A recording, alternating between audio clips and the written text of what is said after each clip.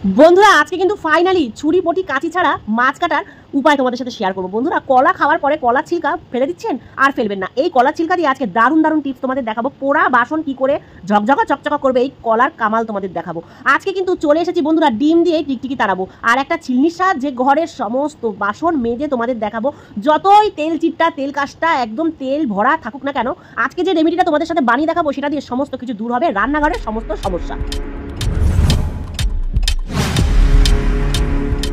Hey guys, আসসালামু আলাইকুম। কেমন আছেন সবাই? আশা করি আল্লাহর রহমতে সবাই ভালো আছেন আর আমি অনেক বেশি ভালো আছি। কিন্তু আমি এখন দুঃখের কথা নিয়ে চলে এসেছি। দেখো, এই যে কালকে রাত্রেবেলায় আমাদের বাড়িতে মোচা রান্না হওয়ার পরে কড়াইয়ের অবস্থাটা দেখো, ঠিক মোচার মতন কালো হয়ে গেছে।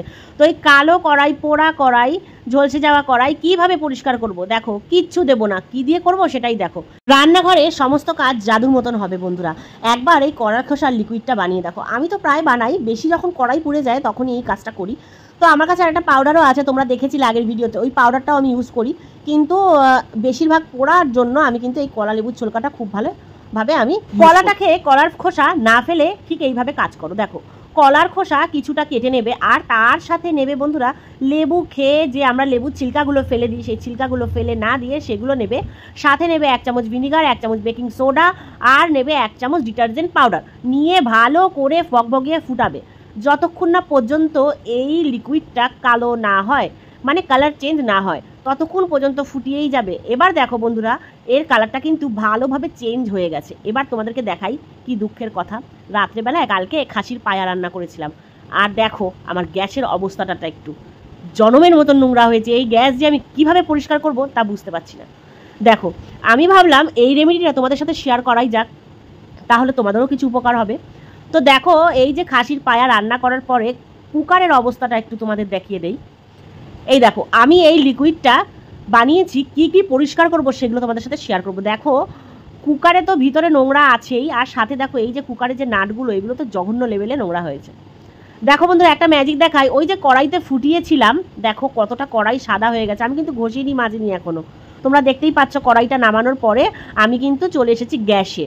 এবার এইখানে কি করব, ওই যে লেবু তোমাদের দেখালাম, পচা লেবু, ওই পচা লেবু একটা ফাটিয়ে আমি কিন্তু গ্যাসের উপরে মাখিয়ে নিলাম।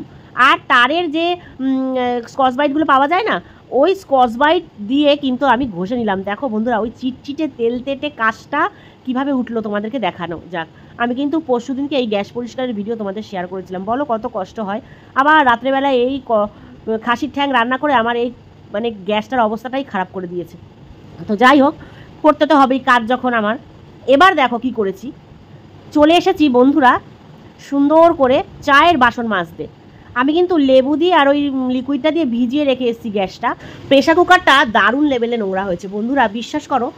চায়ের বাটিটা মেজে তোমাদেরকে ধুয়ে অবশ্যই দেখাবো। চায়ের বাটিতে চা করতে করতে একটা কালো লেয়ার বসে যায়, তো ওই লেয়ারটা উঠানোর জন্য কিন্তু এই রেমেডিটা 1 নম্বর কাজ করবে। এবার দেখো, আমি ঢাকনাটা ভালো করে ঘষে নিচ্ছি, কিন্তু দেখো এই যে কোনার মধ্যে যে চিপাগুলো, এর মধ্যে কিন্তু ঢুকে গেছে বন্ধুরা নোংরা। এগুলো আমি একটা ছিলনির সাহায্যে খোঁচা মেরে মেরে উঠাচ্ছি। এরপর তোমাদেরকে দেখাই মেন বড় কড়টা। ছোটোটাতে অত নোংরা হয়নি, কিন্তু তবু আমি পরিষ্কার করছি। কিন্তু বড়টা প্রচণ্ড লেভেলে নোংরা হয়েছে বন্ধুরা। আমার না এইসব পোড়া বাসন, কালো বাসন, ধলছানো বাসন আমার না একদম ভালো লাগে না। আমি ঘরে ঝকঝকা চকচকা বাসন না থাকলে না আমার কাজ করতেও ভালো লাগে না আর ভিডিওতে দেখাতেও ভালো লাগে না।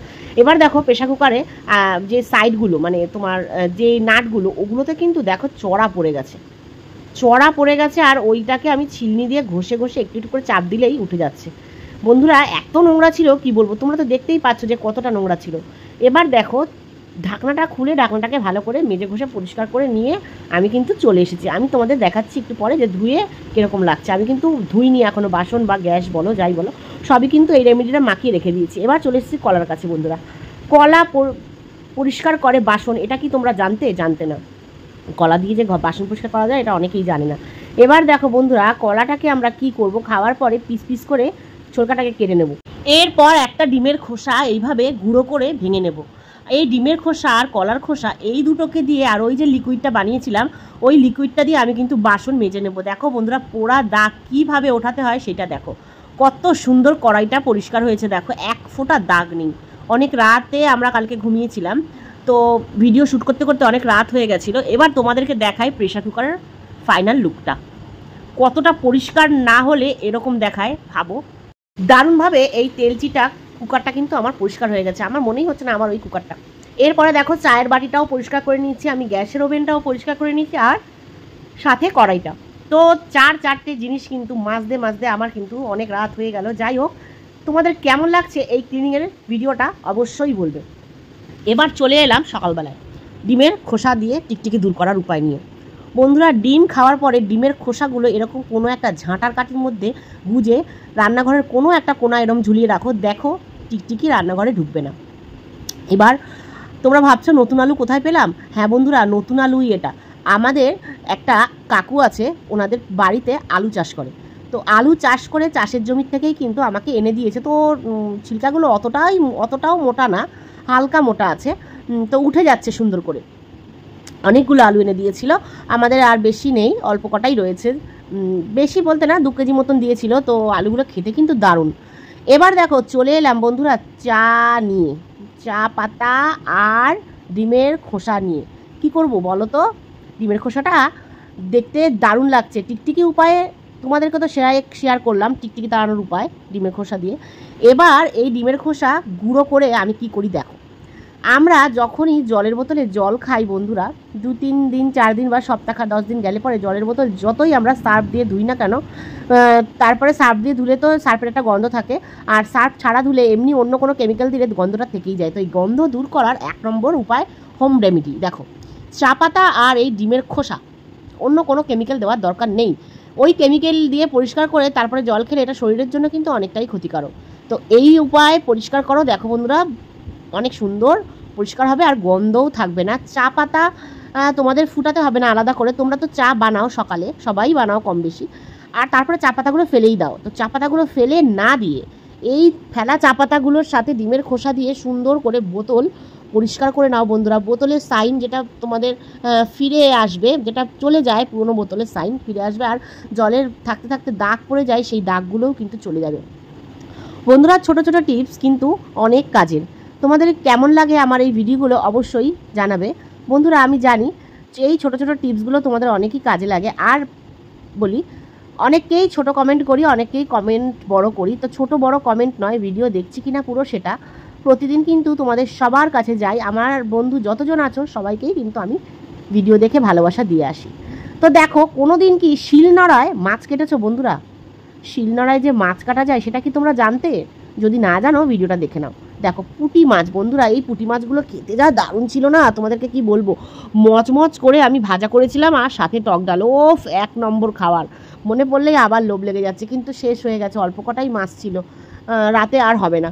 এবার দেখো বন্ধুরা, এই মাছটাকে আমি কিন্তু ছুরি বটি কাঁচি ছাড়া কেটে দেখালাম। দেখো, শিল নোড়ার মধ্যে আগে নোড়াটা সরিয়ে নিয়ে এই শিলের মধ্যে হালকা হাতে একটু ঘষা দিলে এই রাশগুলো উঠে যাচ্ছে। আঙুল দিয়ে চাপ মারলেই কিন্তু বন্ধুরা সমস্ত মাছের পেটের নোংরা বেরিয়ে যাচ্ছে, আর এরপরে ধুলে পরে আর বাদ বাকি অবশিষ্ট আশপাশ সাপ বেরিয়ে যাচ্ছে। বন্ধুরা, ছুরি বটি কাঁচি ছাড়া কিন্তু দারুণ লেভেলের শিল দিয়ে তোমাদেরকে মাছ কেটে দেখালাম। তো তোমাদের কেমন লাগলো ভিডিওটা অবশ্যই বলবে। কারা কারা এখনও পর্যন্ত আছো আর আমার এই বকবক শুনছো বলো তো? কমেন্ট করো যে আমি কি বকবক করলাম তোমাদেরকে মাথা খারাপ করার জন্য। তো বলবে কিন্তু কমেন্ট করে।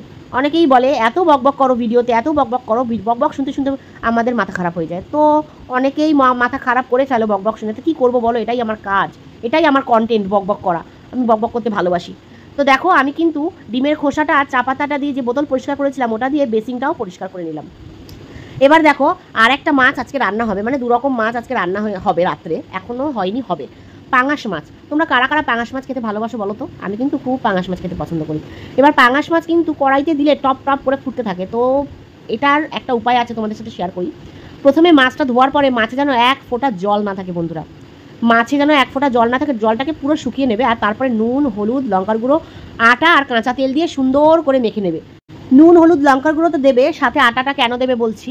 আটাটা বেশি দেবে না, তাহলে মাছের মধ্যে আটা আটা হয়ে যাবে। নুন হলুদের সাথে কাঁচা তেল দেবে, কাঁচা তেল লঙ্কার গুঁড়ো দিয়ে আগে মেখে নেবে। পুরো মাখার পরে 1 মুঠ মতন আটা উপর থেকে ছড়িয়ে দেবে বন্ধুরা। তারপরে হালকা হাতে মেখে নিয়ে মাছটাকে ভাজবে। দেখো কত সুন্দর মাছ ভাজা হয়েছে। আর দেখো, তোমরা আগের দিনের ভিডিওতে আমাকে এই জালিটার বিষয়ে কমেন্ট করেছিলে। তো এটা আমি মেশো থেকে নিয়েছি, বেসিংয়ে ময়লা দূরের জন্য, মানে এটা থাকলে বেসিংয়ে যত ময়লাগুলো পাইপে জাম হয় না, খুব ভালো তোমরা নিতে পারো। বেসিংয়ের নেট বলে সার্চ করলেই চলে আসবে মেশোতে। তো ভিডিওটা ভালো লাগলে লাইক কমেন্ট করে পাশে থাকবে। আল্লাহ হাফিজ।